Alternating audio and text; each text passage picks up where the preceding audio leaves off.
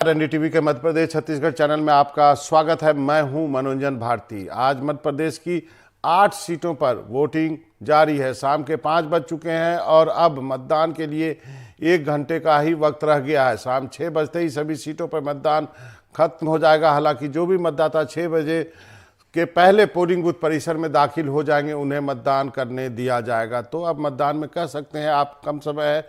अगर आपने अभी तक मतदान नहीं किया है तो जल्दी से अपने पोलिंग बूथ पे जाइए और अपने वोटिंग कीजिए। अब से कुछ देर में 5 बजे तक के मतदान का आंकड़ा चुनाव आयोग की तरफ से जारी किया जाएगा। लेकिन अब हम आपको बताते हैं 3 बजे तक के आंकड़े क्या कहते हैं।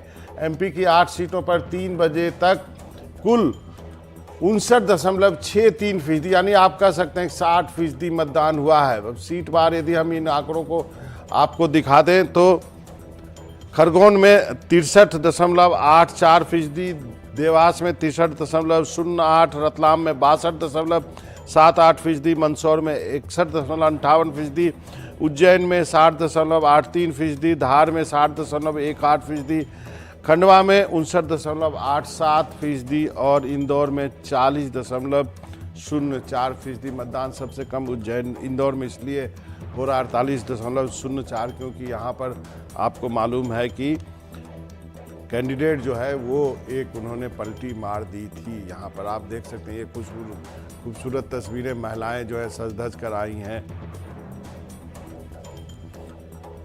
तो अब हम चल सकते हैं हमारे साथ अब इस पर चर्चा करने के लिए डॉक्टर गुलरेज शेख हैं, प्रवक्ता बीजेपी।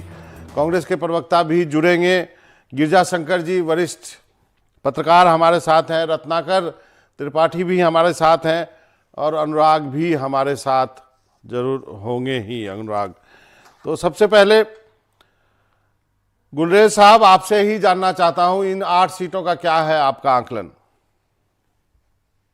8 सीटों पे मतदान बहुत अच्छा चल रहा है और अभी जो 3:30 बजे तक जो मुझे न्यूज प्राप्त हुई थी हमारे पार्टी के ग्रुप्स में कि हमारे जो पन्ना प्रमुख हैं अपना 85 से 90% का लक्ष्य प्राप्त कर चुके थे 3:30 बजे तक। मतलब अभी जो उसके बाद 1.5-2 घंटे बाकी थे तो उसमें 100% के आसपास हमारा टारगेट जो है वो अचीव हो रहा है। स्ट्राइक रेट जो है वो 100% रहना है। जो 370 वोट हमने बढ़ाने की बात की थी प्रति एक बूथ पर, वो ऐसा लग रहा है कि अचीव आराम से हो रहा है, बड़े आराम से हो रहा है। 8 में से 8 और 29 में से 29 मध्य प्रदेश दे रहा है। जरूर आपको उम्मीद होगी, आप पार्टी के प्रवक्ता हैं। लेकिन गिरजा जी के पास चलते हैं। गिरजा जी, 75.7% मुझे लगता नहीं कि 75% ये आंकड़ा पहुंचेगा। हालांकि कोशिशें बहुत की जा रही हैं, लोग कह भी रहे हैं, पॉलिटिकल पार्टी भी कह रही हैं, फिर भी वहां तक जो है आंकड़ा नहीं पहुंच रहा। और हम बहुत बार इस चीज़ को डिस्कस कर रहे हैं और अंतिम फेज की भी यही कहानी है इन 8 सीटों की। देखिए, 3 फेज में चुनाव जो हुए उसमें जो पोलिंग परसेंटेज था, तो ऐसा कोई कारण नहीं दिखता मुझे कि चौथे फेज में कोई ऐसा कारण हो कि अचानक यहाँ वोटिंग बढ़ जाए।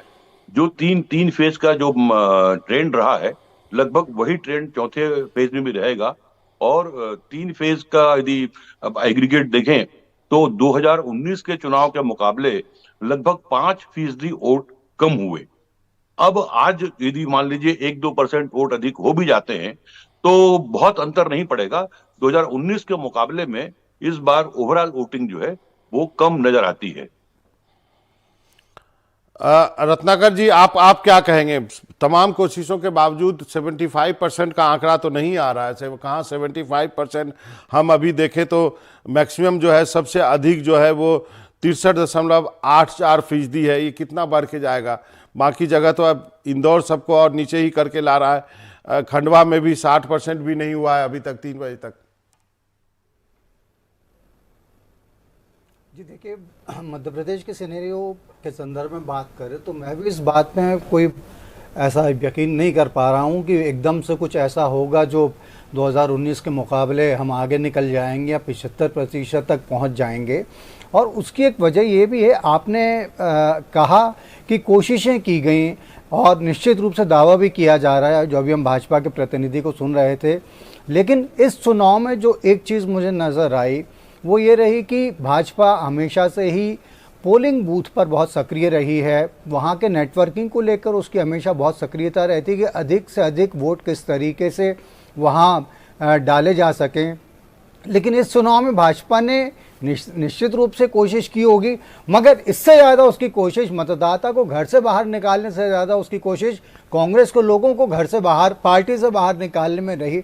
मुझे लगता है कि कहीं ना कहीं हल्का सा इसके चलते कोशिशों पर फर्क पड़ता है। और फिर जिस आत्मविश्वास में भाजपा डूबी हुई दिख रही है, जिस तरीके से उसके नेताओं की बॉडी लैंग्वेज से लेके जो उनके बयानात को लेकर भी जो चीज़ें समझ में आती है, उससे लगता है कि कहीं ना कहीं इस पार्टी को इस बात का पूरा यकीन है कि बीते चुनाव में भले 28 सीट मिल पाई हों, लेकिन इस बार तो 29 की 29 सीट निकाल के ले जाएंगे। तो कई बार मुझे लगता है कि जब अति आत्मविश्वास वाली स्थिति होती है, वो अंतिम बातें तो 4 जून को सामने आएंगी कि क्या फैसला होता है इस चीज़ का। लेकिन उससे ऐसी परिस्थितियों के चलते भी कई बार ये होने लगता है कि कार्यकर्ता को लगता है कि ठीक है अब जीते रहे हैं हम, जो बूथ पन्ना प्रमुख होता है उसको भी लगता है अब जीते रहे हैं। तो हो सकता है कहीं एफर्ट्स में शिथिलता आने लगती हो। गर्मी का एक फैक्टर है, यहाँ पर मध्य प्रदेश में इस समय भीषण गर्मी पड़ रही है, और पहले के भी जो 3 चरण संपन्न हुए तो उनमें भी हमने देखा था कि उस समय तापमान बहुत अधिक था। हालांकि ये माना जाता था कि शाम होते होते लोग ज़्यादा से ज़्यादा संख्या में आने लगेंगे, लेकिन आज का में के फैक्टर ध्यान रखना पड़ेगा। सुबह भी मैंने आप ही के एनडीटीवी की रिपोर्ट में इस बात को देखा था कि 9 बजे तक 15% मतदान हुआ था, जबकि ऐसे में गर्मी के सीज़न में होता ही है कि लोग सुबह सुबह वोट डालना प्रेफर करते हैं कि ज़्यादा से ज़्यादा मतदान हो जाए ताकि धूप से बचा जा सके। बावजूद उसके सुबह 9 बजे तक 15% जो मतदान था वो इस चीज़ को दिखा रहा था कि मतदाता का रुझान कुछ कम है। और जैसा कि आपने इंदौर का कहा, तो इंदौर को लेकर तो स्थिति स्पष्ट है कि वहाँ पर मतदाताओं के बीच भी एक किस्म की नाराज़गी या अंडर करंट कुछ ऐसा दिख रहा है, जिसका असर इस बात पर पड़ रहा है कि वहाँ पर सबसे कम मतदान दर्ज किया गया है आज की 8 सीटों में। इंदौर में जो कुछ हुआ था वो आपको ही पता। सुबह सुमित्रा महाजन जी जो वहाँ से पूर्व सांसद हैं, उन्होंने भी इस बात का कहा था कि लोग, पार्टी के ही लोग उनसे फ़ोन कर करके पूछ रहे हैं कि क्यों नहीं हम नोटा का बटन दबाएं। और उन्होंने बाद में, हालांकि सुमित्रा जी ने इस बात का दावा किया कि उन्होंने ऐसे लोगों को मना लिया है, उन्हें इस बात के लिए राजी कर लिया है कि वो वोट करें। उन्होंने इंदौर के मतदाताओं से भी अपील की थी कि अधिक से अधिक वोट करें। बावजूद उसके एक जो नाराजगी वाली जो चीज, अगर बीजेपी के खेमे में इस तरीके का माहौल है, तो इस घटनाक्रम को लेके जो कांग्रेस प्रत्याशी के घटनाक्रम को लेके जो असर हुआ होगा, मुझे लगता है कि इंदौर के मतदाता की मानसिकता को उस घटनाक्रम ने प्रभावित किया। और यही वजह है कि इंदौर में, मतलब इंदौर जिसको हॉट सीट में कंसीडर किया जाता है, वहाँ इस कदर 40% के इर्द गिर्द यदि मतदान का प्रतिशत सिमट कर रह गया है, तो कहीं ना कहीं लगता है कि निराशा का वातावरण हो सकता है या गुस्से का वातावरण हो सकता है। लेकिन इसका सीधा सीधा असर यही हुआ कि इंदौर में इस वक्त सबसे कम मतदान दर्ज किया गया है। भारती जी, अब 2-3 बातें निकल के सामने आई है, तो सबसे पहले गुलरेज जी से आप ही से पूछते हैं। एक तो आत्मविश्वास होनी अच्छी बात है, हर किसी को आत्मविश्वास होना चाहिए, लेकिन अति आत्मविश्वास की बात रत्नाकर जी कह रहे थे। अति आत्मविश्वास कभी कभी थोड़ा सा दिक्कत हो जाता है उससे। तो कहीं आपको या आपके मतदाता को ये तो नहीं लगा कि कोई बात नहीं है, अति आत्मविश्वास है, हम तो जीत ही नहीं रहे हैं, 60% वोट भी होगा तो हम जीत जाएंगे, जबकि ये आंकड़ा देखें 63-64% भी वोट होता है, तो 10% से जो है वो से कम होगा वोट। ये एक चिंता की बात आप नहीं मानते हैं इसको? देखिए बाबा, अति आत्मविश्वास तब हो जब पार्टी मेहनत करती हुई नहीं नजर आए। अति आत्मविश्वास तब हो जब कार्यकर्ता पर्चियां नहीं बांटे। अति आत्मविश्वास तब हो जब बूथ पर मेहनत नहीं की जाए। अति आत्मविश्वास तब हो जब बड़े नेताओं की सभाएं नहीं हो। अति आत्मविश्वास तब हो जब मीडिया से लगातार संपर्क नहीं किया जाए। तो सारे अगर आप जो पॉइंट्स हैं उनको टिक करने जाएंगे तो आप पाएंगे कि बीजेपी 100% नहीं, अपना 110% दे रही है, मेहनत कर रही है। इसलिए अति आत्मविश्वास का तो प्रश्न नहीं उठता।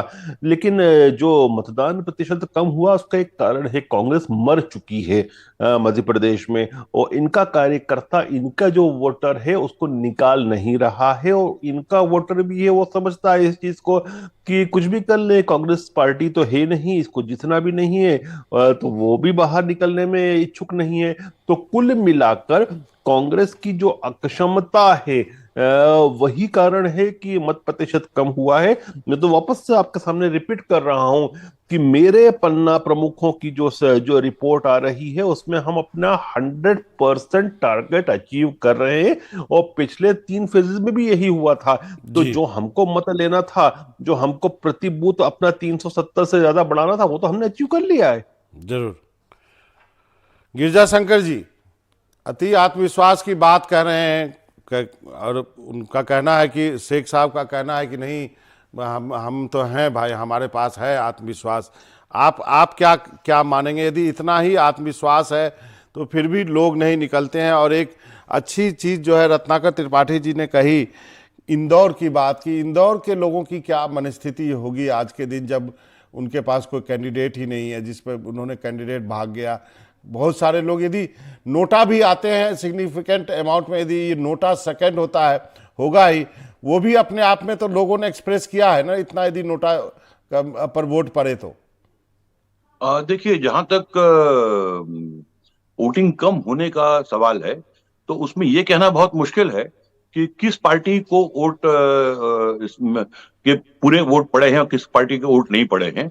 ये तो अलग अलग पॉलिटिकल पार्टी के अपने दावे हो सकते हैं, लेकिन ओवरऑल एक बात तय है कि जो ग्राउंड लेवल पर पॉलिटिकल पार्टी के वर्कर्स की जो सक्रियता होनी चाहिए, वो एक तरह से कहीं वो कमी हुई है। दूसरा, आप देखेंगे कि इस चुनाव में दो तीन चीजें ऐसी हैं जो मार्क करने की हैं।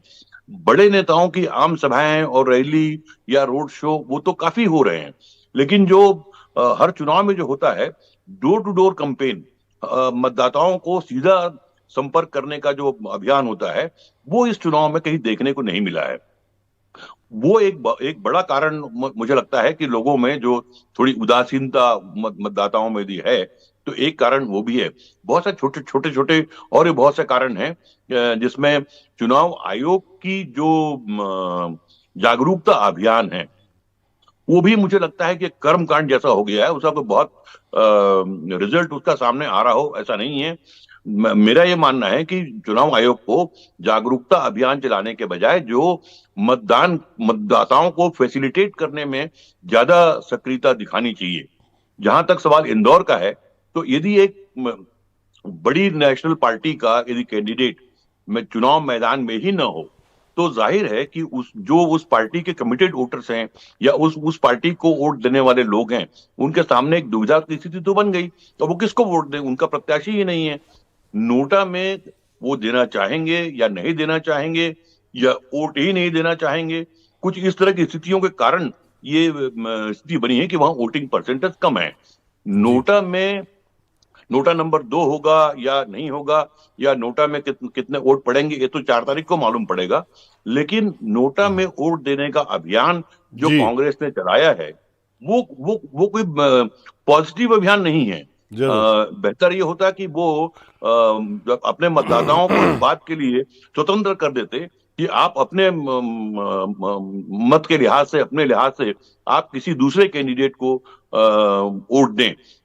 तो जरूर। नोटा का अभियान जो है, वो कई बार वोट नहीं देने की तरफ भी मतदाताओं को ले जाता है, जिसका असर हमको इंदौर में देखने को मिल रहा है। जरूर। आप सब हमारे साथ बने रहिए। वीडी शर्मा साहब हमारे साथ जुड़ गए हैं, बीजेपी के प्रदेश अध्यक्ष। सर, आपका बहुत बहुत स्वागत है एनडीटीवी पर। आपने वक्त निकाला हमसे बातचीत करने के लिए। आज जो वोटिंग हो रही है जिन सीटों पर, उसका आकलन सबसे पहले आप कैसे करेंगे, इन 8 सीटों का? नमस्कार। आप जो वोटिंग प्रतिशत मध्य प्रदेश के अंदर जो 8 सीटों पर आज जो मतदान जारी है, पिछले 3 जो हमारे फेज हुए हैं उसमें जो वोटिंग परसेंटेज अभी जो हुआ है, 3 बजे तक का आंकड़ा दिख रहा था, अभी 2 घंटे और हो गए, तो एवरेज हम 62-63% तक पहुंच गए। तो अच्छा मतदान हुआ है, और ये मतदान ये साबित करता है कि लोग मतदान के प्रति जागरूक हैं, अच्छी संख्या में मतदान कर रहे हैं। और जो ट्रेंड मतदान का दिखाई देता है कि प्रधानमंत्री मोदी जी को तीसरी बार प्रधानमंत्री बनाने का जनता का जो संकल्प है, ये और प्रगाढ़ होता चला जा रहा है। लोग और इस पर संकल्प के साथ मतदान के लिए निकल रहे हैं। कार्यकर्ताओं ने, सामाजिक लोगों ने, सबने मेहनत की है पिछले फेज को देख करके। तो इस बार अच्छा मतदान हुआ है और ये पॉजिटिव मतदान।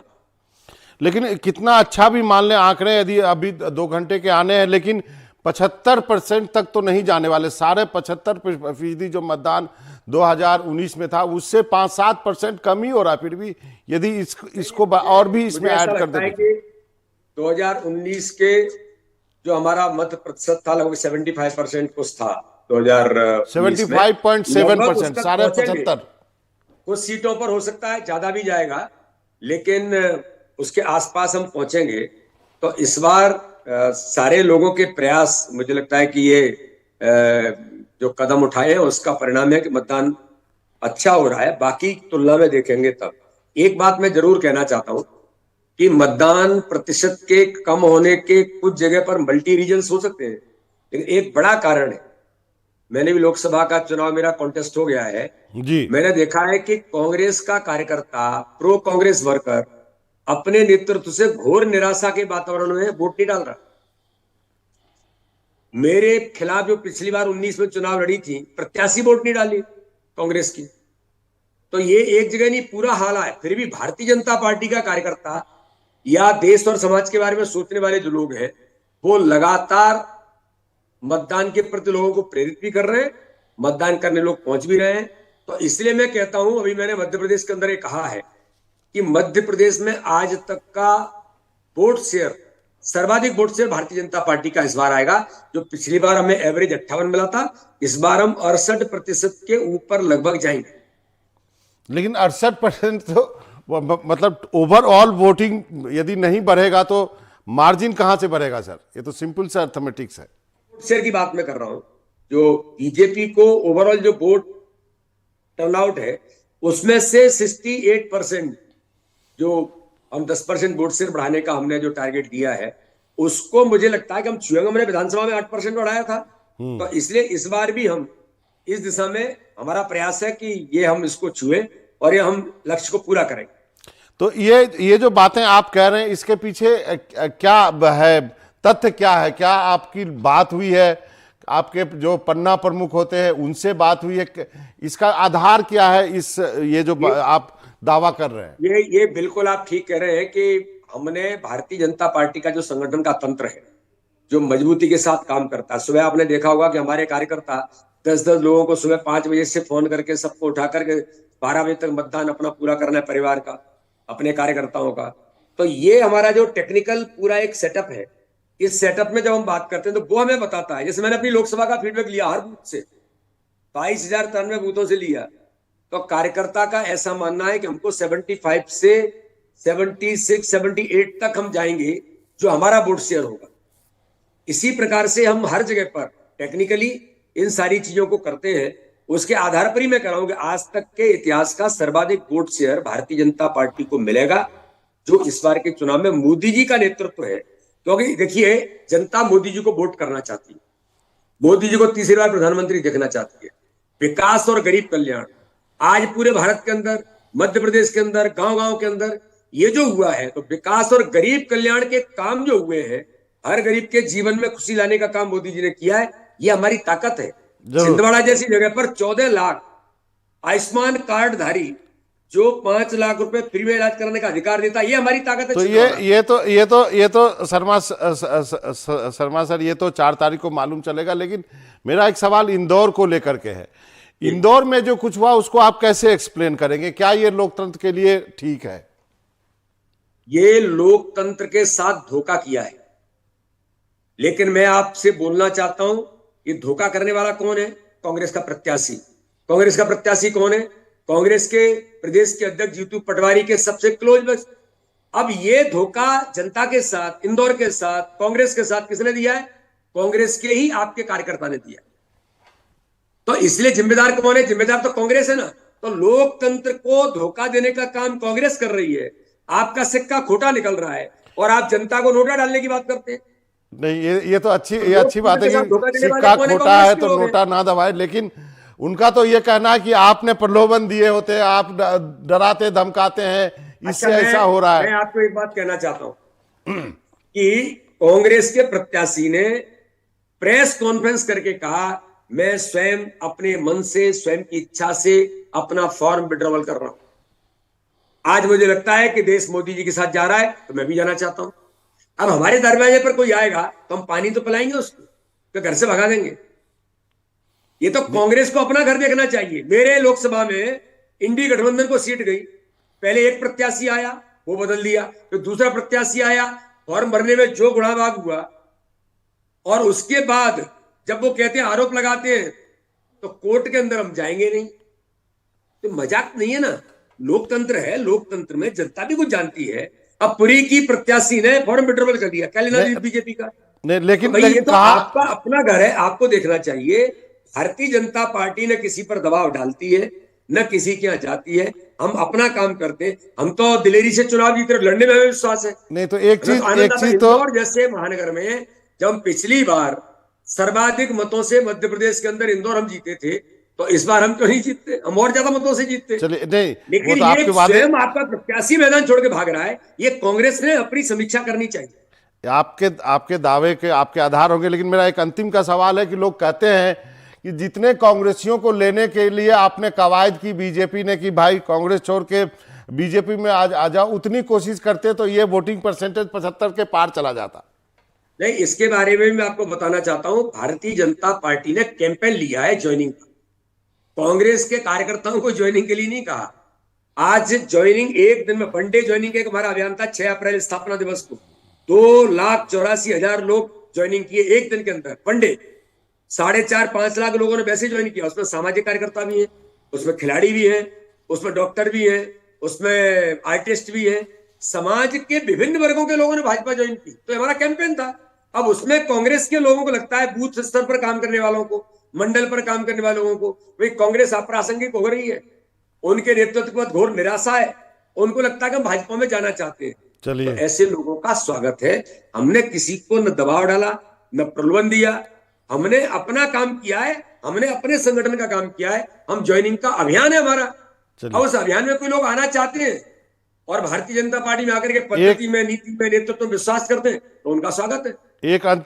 एक अंतिम का सवाल है, क्या एक बार फिर से पूछूंगा कि अच्छा नहीं होता कि इस फेज में भी 75% वोट पड़ गए होते? नहीं, 75% वोट मुझे लगता है होगा। मुझे लगता होगा। चलिए, मुझे तो विश्वास है कि 75 के लगभग हम या उससे ऊपर जाएंगे। चलिए, बहुत बहुत शुक्रिया वीडी शर्मा साहब, आपने वक्त निकाला एनडीटीवी से बातचीत करने के लिए। तो ये थे बीजेपी के अध्यक्ष, और हमें बताया जा रहा है कि कांग्रेस प्रवक्ता भी हमारे साथ जुड़ गए। मैं उनको बड़ी देर से ढूंढ रहा था। केदार जी हमारे साथ जुड़ गए। केदार जी बताएं, अभी वीडी शर्मा जी से बातचीत हो रही थी और ढेर सारी बातचीत हुई, और उन्होंने कहा कि जब मैंने इंदौर के बारे में सवाल पूछा तो उन्होंने कहा कि कांग्रेस का कैंडिडेट भाग गया तो हम क्या करें। आप बताइए, आज पोलिंग हो गई वहां। भगाने वाले कौन थे? कैंडिडेट अगर हमारा भागता, अकेला भागता, तो कोई बात नहीं थी। पूरा इंदौर आज की तारीख में नोटा की मुहिम लेके इसलिए खड़ा हुआ है सर कि हमारे कैंडिडेट को भारतीय जनता पार्टी के लोग ले जाते हैं। भारतीय जनता पार्टी के लोग कलेक्टेड ऑफिसर, निर्वाचन अधिकारी के पास ले जाते हैं, बाहर निकालते हैं, और उसके बाद में दूसरे दिन मतलब शाम को उनको भारतीय जनता पार्टी का ज्वाइन करा रहे हैं।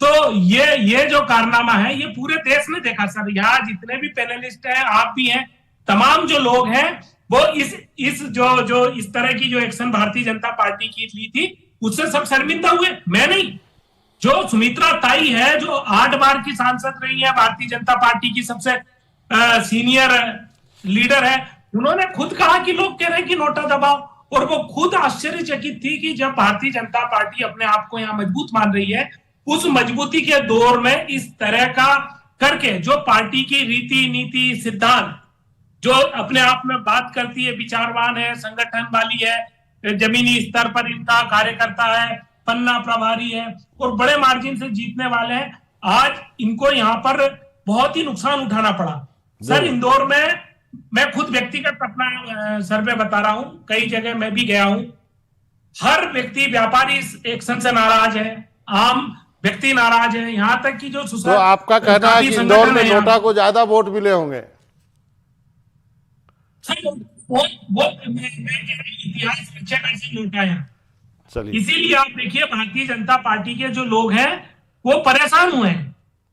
ओके, ठीक है। आप सब मेहमान, आप सब हमारे साथ बने रहिए। गिरजा शंकर जी, आप रत्नाकर जी, आप गुलरेज शेख साहब, आप, मैं एक छोटा सा ब्रेक लेता हूं, फिर इस चर्चा को आगे बढ़ाएंगे कि क्या कांग्रेस यदि मजबूती से चुनाव लड़ती तो क्या कुछ और परिणाम या फिर कुछ और प्रतिशत वोट का बढ़ सकता था। एक छोटे से ब्रेक के लिए हो रही है, अभी थोड़ा वक्त जो है अभी भी वोटिंग में, और लेकिन उम्मीद करते हैं कि वोटिंग परसेंटेज बढ़ेगा। ब्रेक में जाने के पहले कांग्रेस के प्रवक्ता हमारे साथ थे, गुलरेज शेख, उस पर रिस्पॉन्ड करना चाहते हैं, आपके पास आता हूं, लेकिन मैं एक बार गिरजा शंकर जी के पास जाना चाहूँगा। गिरजा जी, आपसे ये जानना चाहता हूँ, आपको क्या लगता है कि कांग्रेस ने मध्य प्रदेश में अच्छे से लड़ाई नहीं लड़ी? ये बात बहुत सारे लोगों का मानना है, आपकी क्या राय है?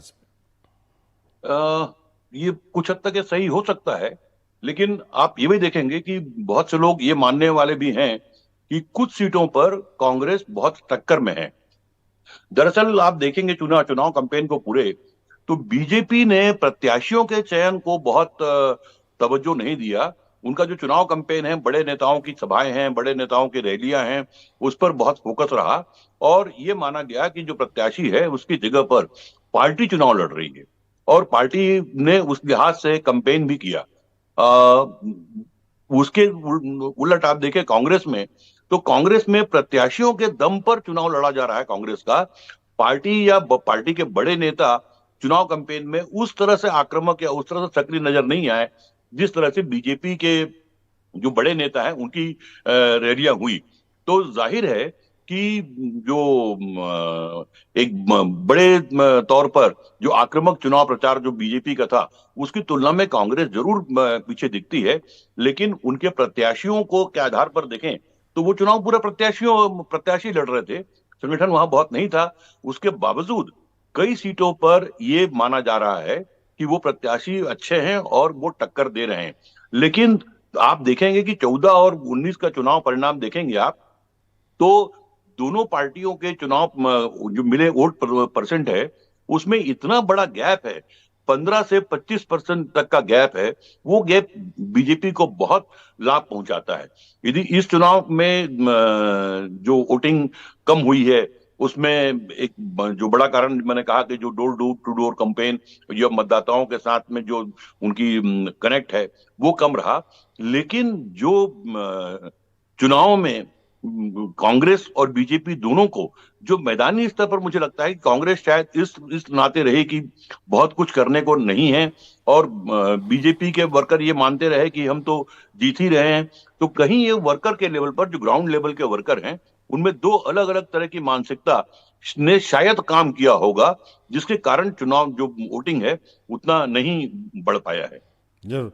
रत्नाकर जी, आप क्या कहेंगे? बहुत सारे लोग जो आपसे भी वही सवाल है कि यदि कांग्रेस लड़ती हुई भी कई जगह पे नहीं दिखी, कई जगह पे लड़ी तो वो इंडिविजुअल कैपेसिटी में लड़ी, जैसे कि गिरजा शंकर जी ने कहते हैं कि कुछ एक लोग थे, उनके पास रिसोर्सेज थे तो वो लड़ी है, बाकी जगह लड़ नहीं पाई, या तो कैंडिडेट कमजोर है या संगठन कमजोर है।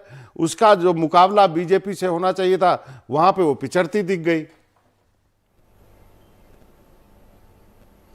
देखिए भारती जी, एक अनिश्चितता और निराशा का माहौल कांग्रेस में होना इसलिए स्वाभाविक है क्योंकि जिस तरीके से इस पार्टी के कई सीनियर लीडरान पार्टी छोड़ के बीजेपी में शामिल हो गए, उससे कार्यकर्ता का मनोबल टूटना तय था और पार्टी में एक हताशा का संचार होना भी स्वाभाविक था। दूसरी बात, अगर हम यहाँ पर गौर से देखें तो जिस समय नकुलनाथ जी के नाम का ऐलान हुआ छिंदवाड़ा से, तभी माना जा रहा था कि महाकौशल में अच्छी भाजपा के खिलाफ लामबंदी करने के लिए कांग्रेस कमलनाथ जी को महाकौशल की किसी और सीट से टिकट दे सकती है।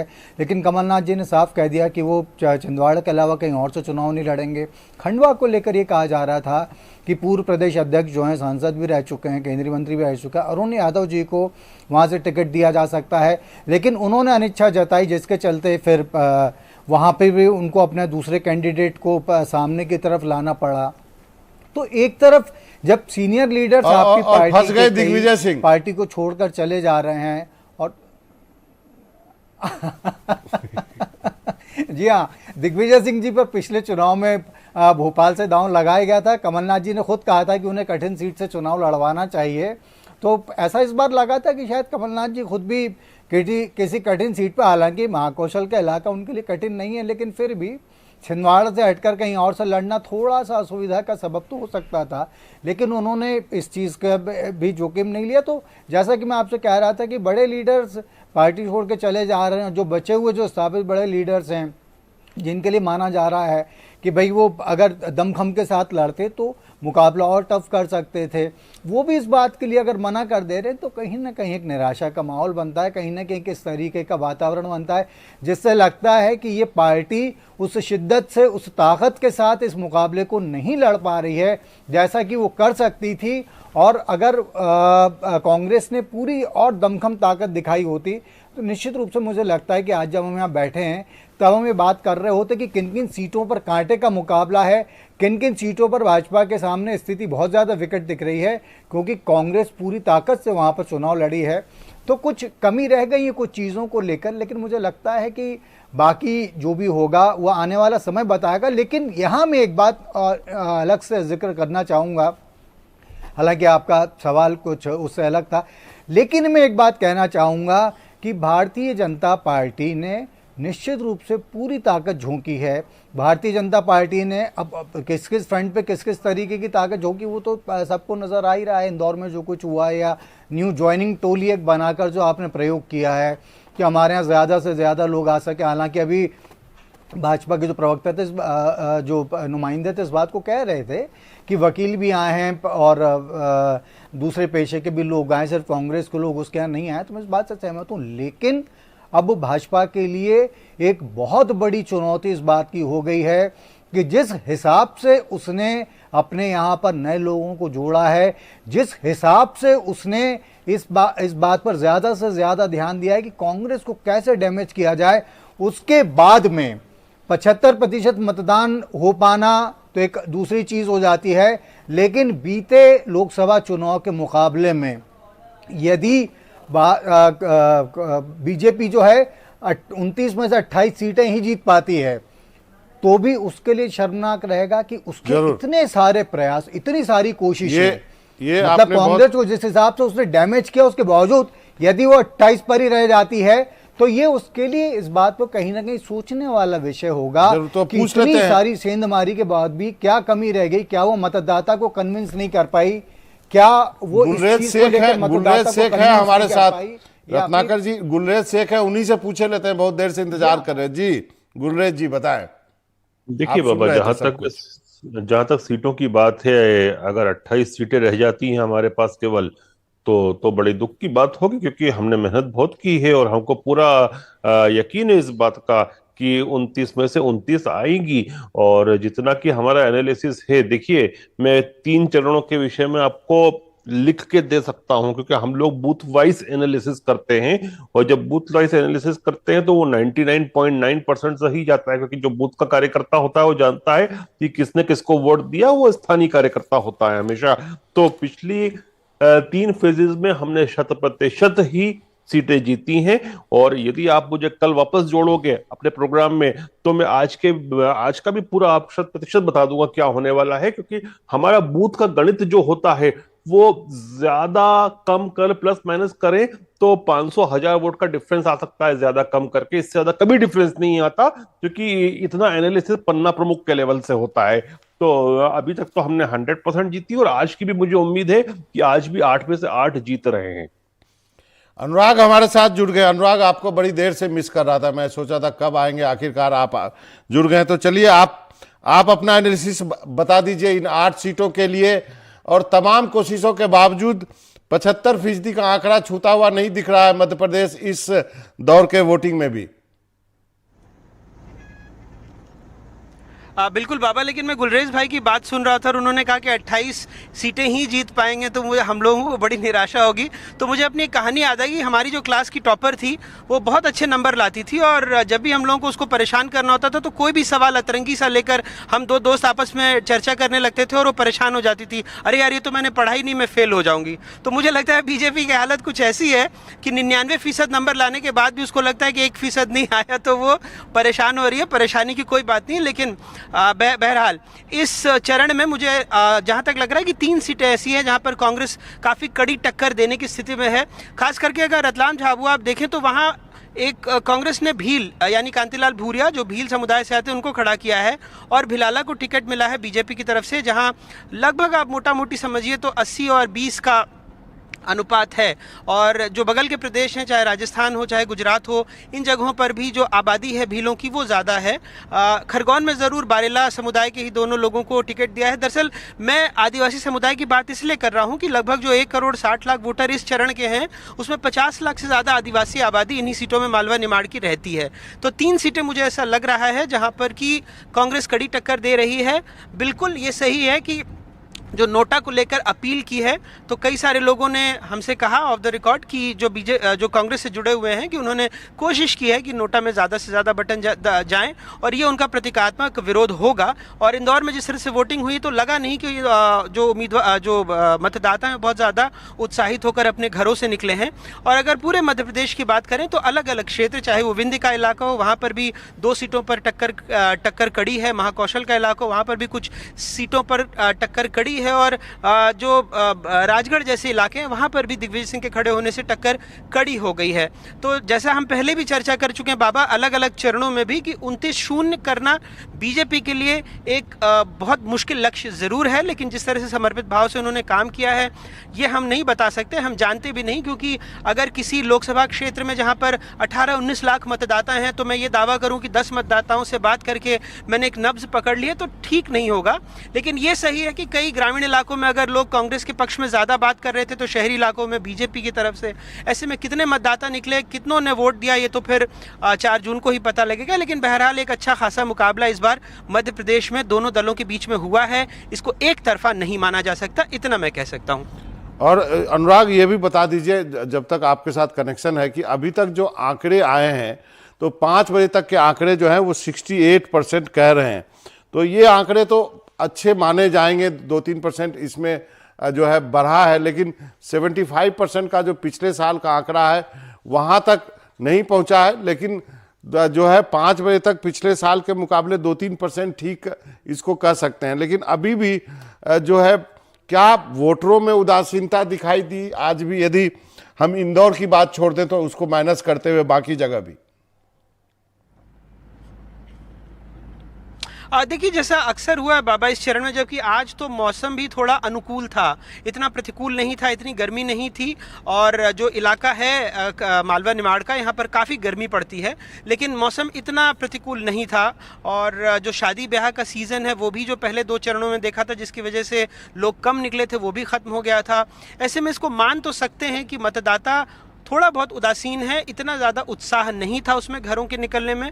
और इंदौर के संदर्भ में तो आपने बात कही ही, लेकिन बाकी के इलाकों में भी अगर पिछले लोकसभा चुनाव से या विधानसभा चुनाव से तुलना करें तो ये यकीनन ऐसा है कि मतदाता अपने घरों से कम निकले हैं। बाबा एक जाते जाते ये भी बता दीजिए, क्या इस बार भी 28-1 होगा, 28-2 या फिर वो 28-1 का आंकड़ा बदल भी सकता है, या 29-0 होगा, या उससे कम हो सकता है? जी बाबा, जैसा हम इस पर पहले भी बात कर रहे थे कि ये कहना बहुत मुश्किल है। जैसा मैंने कहा ना कि कुछ इलाकों में, ग्रामीण इलाकों में अगर लोग कांग्रेस की तरफ से ज़्यादा बात कर रहे हैं तो शहरी इलाकों में बीजेपी की तरफ से, तो किसके वोटर ज़्यादा निकले, किसने ज़्यादा काम किया, इस पे सब कुछ निर्भर करेगा। लेकिन ये ज़रूर है, जैसा जीतू पटवारी ने मुझसे बातचीत में दावा किया कि कांग्रेस 8 से 12 सीटें जीत सकती है, मुझे लगता है ये अतिशयोक्ति होगी। लेकिन ये ज़रूर है कि कुछ सीटों पर, खास करके कम से कम 6 से 7 सीटों पर मुकाबला बहुत कड़ा है। जैसा पिछली दफ़े जो जीत का मार्जिन था वो अगर औसतन आप देखें तो लगभग ऐसा लग रहा था कि 1.5-2 लाख से वो लगभग 3.5-4 लाख तक है। इंदौर की सीट में तो 5.5 लाख वोट से ज़्यादा वोटों से जीते थे शंकर ललवानी। तो वैसा लग रहा है कि इस बार उसमें कहीं ना कहीं डेंट ज़रूर लगेगा और वो मार्जिन कम होगा। सीटों में कितना उलटफेर होगा ये बता पाना थोड़ा मुश्किल है, लेकिन जैसा मैं कह रहा हूँ कि हाँ, ये ज़रूर है कि कुछ सीटों पर टक्कर कड़ी है, खास करके लगभग 6 से 8 सीटों पर।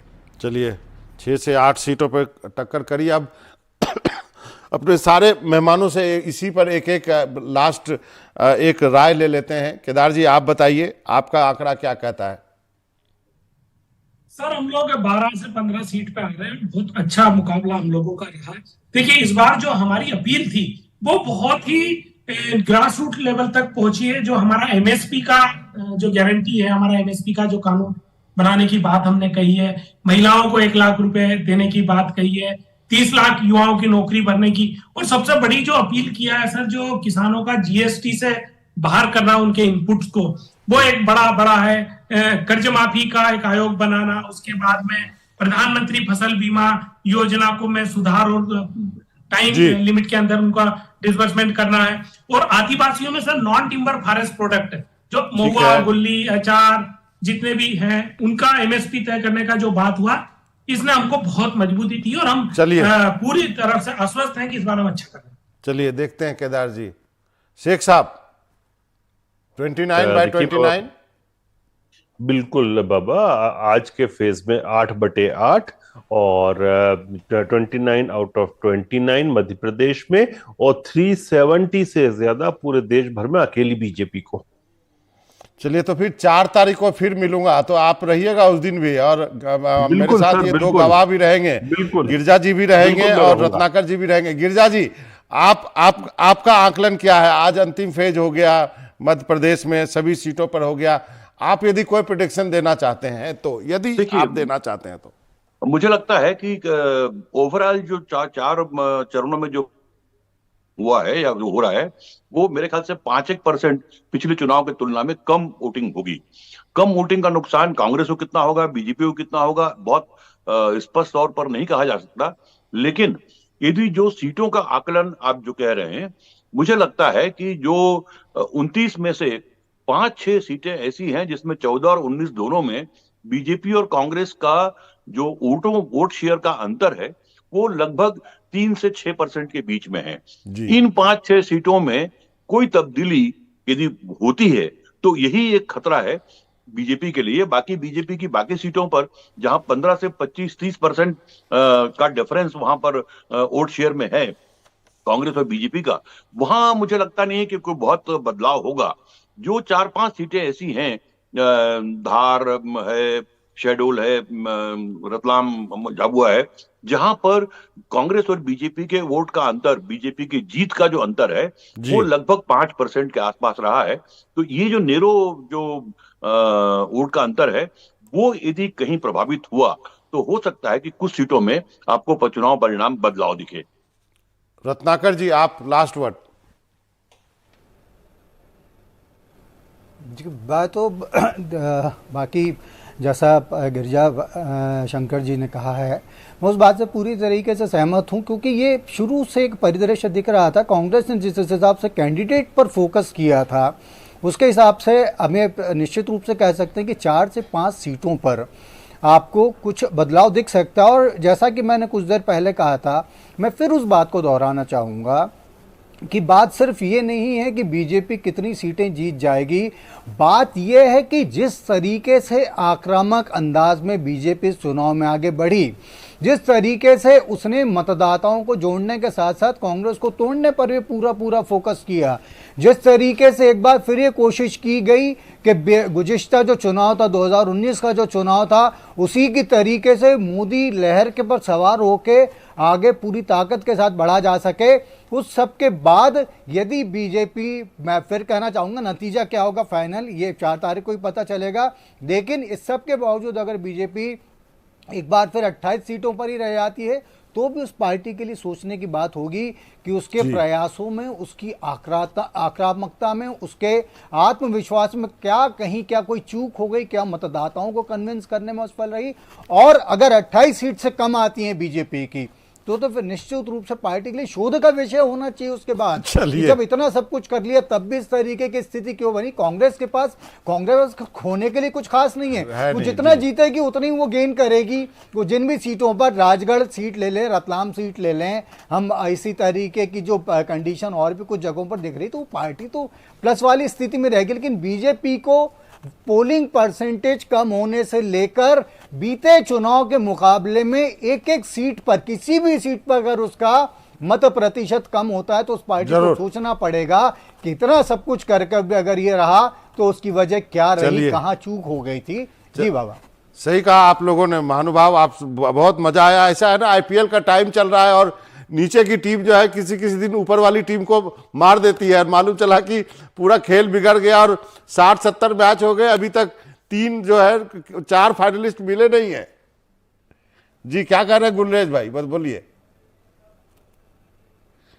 अनम्यूट कीजिए। इस बार तो बाबा क्या है कि जो नीचे वाली टीम है ना, वो और नीचे रसातल में जाने वाली है और एक आंतरिक स्पोर्ट होने वाला है उसमें। चलिए, बहुत अच्छा डिस्कशन रहा। मैं चाहूंगा आप सब हमारे साथ 4 तारीख को भी जुड़िएगा, फिर मजा आएगा, थोड़ा रिकॉल वैल्यू भी करेंगे आप सबसे। तो गुलरेज शेख आपका, गिरजा जी एज यूजुअल आपका, रत्नाकर जी आपका बहुत बहुत शुक्रिया, आपने वक्त निकाला और इस चर्चा के लिए। तो यहाँ पर ये था हमारी चर्चा, और कुछ और खबरें हैं उसकी बात कर लेते हैं। खरगोन में मतदान के बीच एक ऐसी तस्वीर आई जिसके बाद हंगामा हो गया। दरअसल खरगोन लोकसभा सीट में मतदान केंद्र नंबर 128 पर एक महिला वोट करने पहुंची। खास बात यह थी कि इस महिला ने कमल के निशान की साड़ी पहनी हुई थी, जिसके बाद कांग्रेस प्रत्याशी ने इस पर आपत्ति दर्ज कर दी। पटेल ने कहा कि मतदान कर्मचारियों ने उन्हें गमछा पहनकर अंदर जाने से रोक दिया था, जबकि कमल के फूल वाली प्रिंट वाली साड़ी पहन के महिला वोट डालने कैसे आ गई। उसके बाद जो है यहाँ पे थोड़ी सी देखिए चर्चा उर्चा हुई है। ये जो है प्रत्याशी साहब हैं और ये वोट डालने गए थे। उसके बाद जो है वो एक तस्वीर, एक और ये वो महिला की भी तस्वीर आपको हम दिखाते हैं, जिसमें कि वो कमल के फूल की साड़ी पहन के गई थी।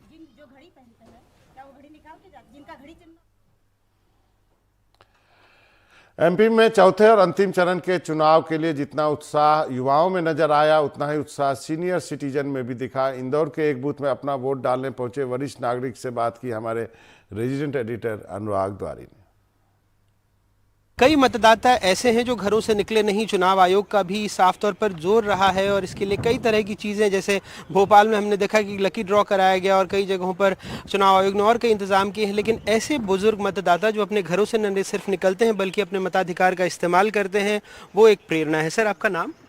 डॉक्टर कैलाश चंद्र दीक्षित। सर, कितनी उम्र हो गई होगी आपकी? 85 साल के। आप क्या युवा वोटरों से अपील करना चाहेंगे, क्योंकि जैसे इस मतदान केंद्र में हमने देखा है कि उतनी ज़्यादा भीड़ नहीं है, आप चाहते हैं लोग आए? वहाँ आ रहे हैं लोग। हाँ, नहीं, सुबह से जैसे हमने कई देश के अलग अलग हिस्सों में देखा है कि 10% वोटिंग हो गया है यहाँ। अच्छा, हाँ। और फिर भी आप 1000 वोटर हैं। अच्छा। 105 वोट डल गए। 105 वोट डल गए। हाँ। आपके लिए क्या मुद्दे हैं, क्या चाहते हैं जो सांसद चुने जाएं, वो क्या करें आप लोगों के लिए? एक ही काम है, सर्वप्रथम राष्ट्रहित, अच्छा, उसके बाद डेवलपमेंट, तीसरा काम सर्वजन सुखाय सर्वजन हिताय, सबको सुख हो, सबका हित हो। हाँ, बस। और देश के लिए ही जीना, देश के लिए ही मरना है। इंदौर में थोड़ी कम वोटिंग होती है देश के अलग हिस्सों की तुलना में या राज्य के अलग हिस्सों की तुलना में। आप कहेंगे कि वोटर हट गया, वो जो कैंडिडेट है सामने वाला, वो नहीं होने से रात लोग सोचते हैं थोड़े। अच्छा, बाकी तो आप अपील करेंगे कि लोग आएं और हाँ बराबर आए। हम तो लोगों से बार बार कह रहे हैं जाइए, आइए। और मैं तो मेरे क्लिनिक में जितने वोटर आते हैं, पेशेंट, सबसे कहता हूँ वोट डालने आना भैया, किसी को भी दो आप चाहे, मगर वोट डालना जरूर जाना। लेकिन और जो लोग हैं उनसे भी बात कर लेते। सर, आपने वोट डाल दिया? हाँ, डाल दिया आपने भी। क्या मुद्दे हैं, आपने क्या सोचकर वोट डाला, कि आप अपने सांसद से क्या चाहते हैं? देखो, जो अभी जो है इंदौर में तो लोकतंत्र की हत्या हो गई।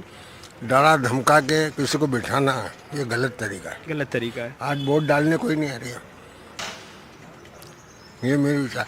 संसद से मैं क्या चाहूँगा, 5 साल में वो खुद ही बता दे मैंने ये करा, मैं क्या बोलूँ। आपका नाम भाई साहब? मेरा नाम गिरधारीलाल मालवी। क्या चाहते हैं आप अपने सांसद? ये तो महंगाई कम हो, महंगाई कम हो। हाँ, वो लोकतंत्र का वो हो, मतलब पूरा पालन। मोदी जी हमको सबसे बढ़िया मतलब क्योंकि नहीं अपन जो है सही बोलते हैं। हाँ नहीं, हम भी कुछ नहीं, हम तो निष्पक्ष बोलेंगे ना। सही बात है, बिल्कुल आज 78 साल की उम्र है तो कोई अपन कोई के दबाव में नहीं आते अपन। सही बात है। और हर टाइम वोट देते हैं अपन। तो देखिए यहाँ पर कितनी बुजुर्ग मतदाता हैं, ये भी आई हैं अपने मताधिकार का इस्तेमाल करने। काकी मदर है। नाम आपका?